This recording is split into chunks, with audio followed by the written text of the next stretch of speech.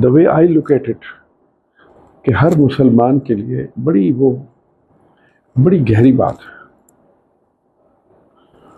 اور اس میں جو الفاظ ہیں نا سورۃ الناس کے، بدقسمتی سے ہمارے ہاں عربی کی تعلیم نہیں دی جاتی.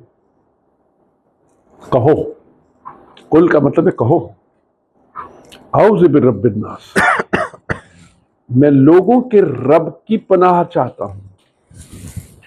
اب خالق اپنی مخلوق کے بارے میں خود کہہ رہا ہے کہ لوگوں کا رب، اور رب الناس لوگوں کا رب، لوگوں کا پالنے والا.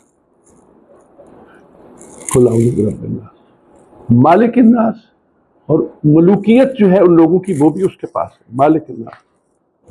الہ الناس، الہیت بھی وہی ہے. اس بات سے 3 جگہ کہہ کے من شر الوسواس الخناس، جو بہت برے وسوساس، اس کی پناہ مانگ رہا ہوں.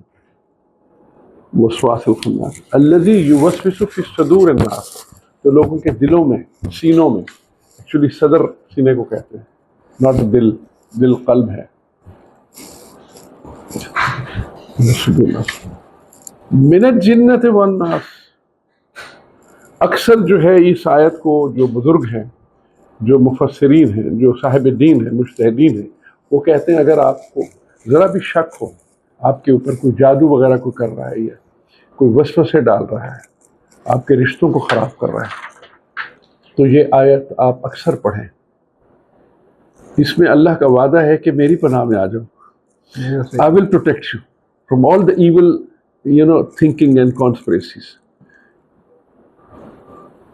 قل اعوذ برب الناس، مالک الناس، الہ الناس.